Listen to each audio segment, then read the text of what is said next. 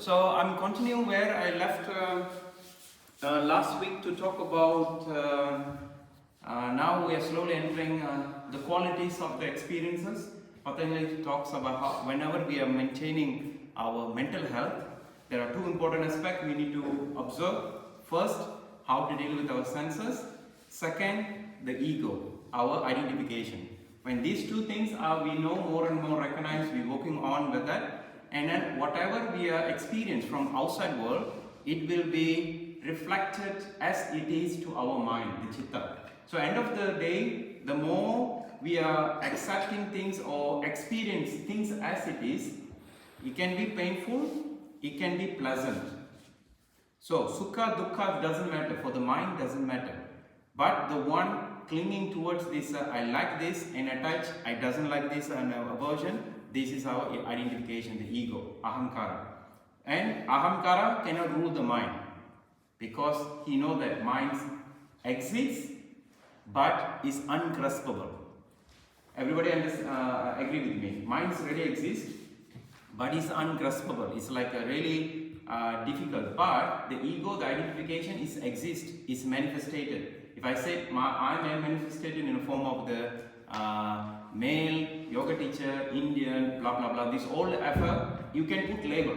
Okay, I know this is a lily flower, I can smell the lily, I know this all manifested. Same manner, our senses of the manifested. So that the ego, the easiest way to deal with only with the senses, not the one ungraspable. That's why mostly our attachment and aversion are dealing with our senses, not really the mind. The more higher practice you're going, you will come to the one point. The senses are controlled. The senses no more addicted towards any kind of experiences.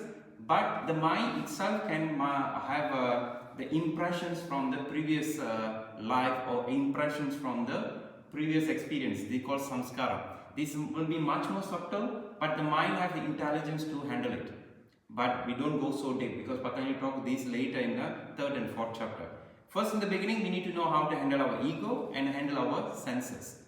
And to handle this, there are two versions. One, directly we recognize what is our attachment, what is our aversions, and let go of that, working on that. If I have a craving towards the cheesecake, I need to do antidotes to let go of my craving towards the cheesecake. If I have aversions towards the weather, no, stay cold, I want to. This weather is also, I don't want to have this aversion, so I cannot change the weather.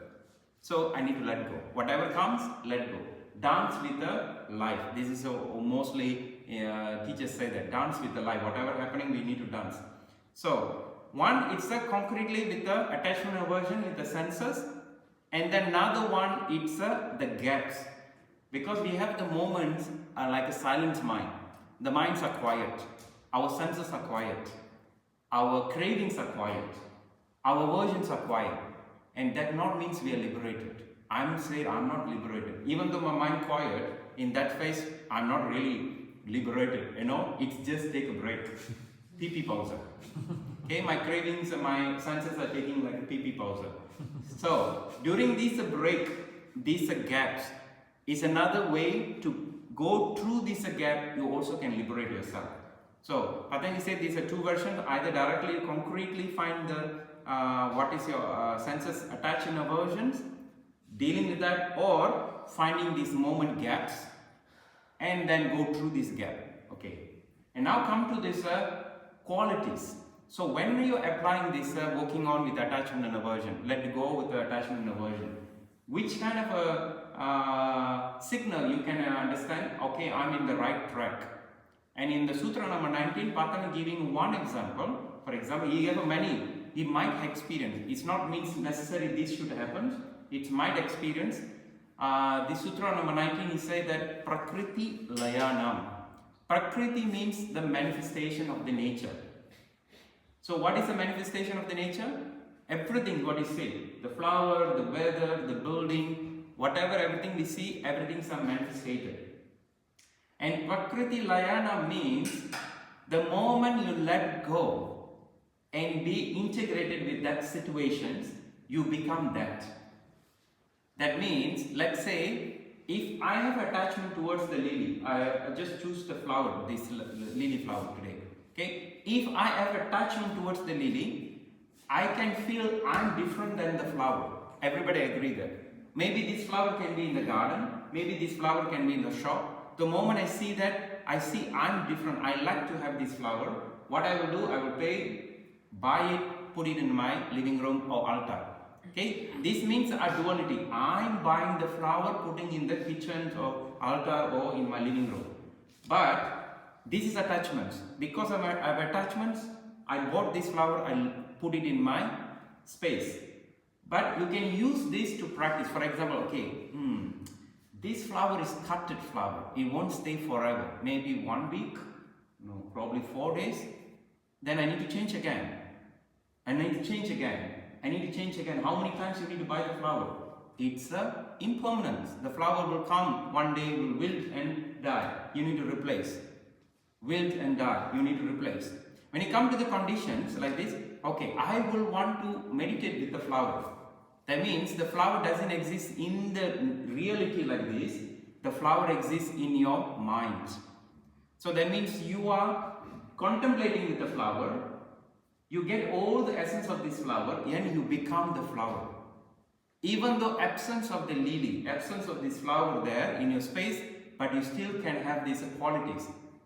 Previously when you had this flower, let's say when you have this flower you feel good, when you feel like a calm.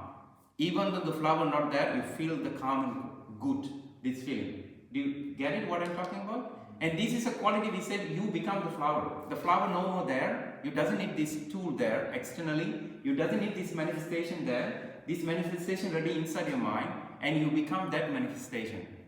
Or another term, a simple word we say that you merging with the nature. You become the nature. I become the flower. I become the sun. I become the sea. I become the snow. If I'm missing the snow, let the snow go away, but the snow will stay in my head. I become the weather. Things like that. You're merging towards the nature, and that way, what you don't suffer. Because the quality is already inside your mind. It's already there. So you don't missing anything. What is missing? This flower missing for the senses. But for the mind it's already there. Only the senses are struggling. No, I need to replace. It's no more beautiful. Buy a new one. But the mind says, no, I know how the lily looks like. I know how the lily smells like. I close the eyes, I can bring immediately the picture in my mind and then I'm done. So I can be with that. This is a quality means we say merging with the nature. Prakritilayanam. And for today's practice, I want, in the main posture, later we will do the one posture. You're melting into the posture. You become that one. So if you do cow posture, then you become a cow. So you feel you are like a cow. Cow is a beautiful animal.